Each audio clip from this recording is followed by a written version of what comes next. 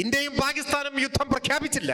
എന്നാൽ പരസ്പരം ചില സൈനിക ആക്രമണങ്ങൾ ഉണ്ടായി അങ്ങോട്ടും ഇങ്ങോട്ടും. 9 ഭീകര താവളങ്ങളിൽ ശക്തമായ ആക്രമണം നമ്മുടെ രാജ്യം നടത്തി. ചില ഭീകരർ വധിക്കപ്പെട്ടു. പാകിസ്ഥാനിൽ നിന്നുമുള്ള ചില ആക്രമണ ശ്രമങ്ങളെ ഇന്ത്യ തടയുകയും ചെയ്തു.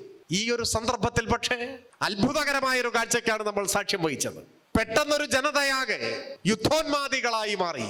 ആ യുദ്ധാസക്തിയുടെ തുടക്കം നമ്മുടെ മാധ്യമങ്ങളിൽ നിന്നായിരുന്നു. അതിനെ 1000 ഇരട്ടിയായി പ്രതിഫലിപ്പിച്ചത് നവമാധ്യമങ്ങളായിരുന്നു. അതിന്റെ മുന്നിൽ മലയാള ടെലിവിഷൻ ചാനലുകൾ നിന്നു. ഒരു വള്ളംകളി മത്സരം റിപ്പോർട്ട് ചെയ്യുന്നത് പോലെ, ഒരു ഫുട്ബോൾ മത്സരത്തിന്റെ കമന്ററി പോലെ, ഒരു ക്രിക്കറ്റ് മാച്ചിന്റെ കമന്ററി പോലെ അത്യാവേശഭരിതരായി നിലത്ത് ചുവടുറപ്പിച്ച് നിൽക്കാൻ കഴിയാത്തത്ര ആവേശത്തള്ളിച്ചയോടെ ടെലിവിഷൻ ചാനലുകളുടെ ഫ്ലോറിൽ അവതാര വേഷം കെട്ടിയവർ അഴിഞ്ഞാടി.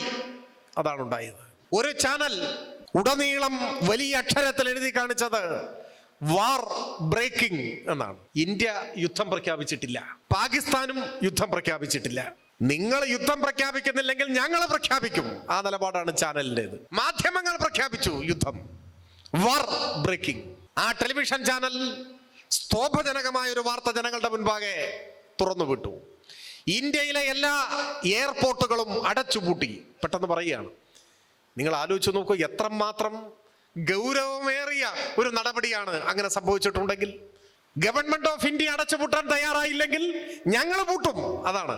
എന്നിട്ട് അതിനെക്കുറിച്ച് വിശദീകരിക്കുകയാണ്. ഒരു വിദ്യാസുരൻ പറയുകയാണ്, പ്രകാശവേഗത്തെക്കാൾ 3 ഇരട്ടി വേഗതയുള്ള മിസൈലുകൾ ഇതാ ഉപയോഗിക്കാൻ പോവാണ്. പ്രകാശത്തിന്റെ വേഗത എത്ര അറിയും നിങ്ങൾക്ക്? ഒരു സെക്കൻഡിൽ 3 ലക്ഷം കിലോമീറ്റർ എന്നാണ്. ഒരു സെക്കൻഡിൽ പ്രകാശവേഗതയുടെ 3 ഇരട്ടി വേഗതയുള്ള മിസൈൽ. അങ്ങനെ ഒന്നും ഇപ്പൊ ഇല്ല. ഇല്ലെങ്കിലും വേണ്ട, ഞങ്ങളത് ഉപയോഗിക്കും. അതാണ് നിലപാട്.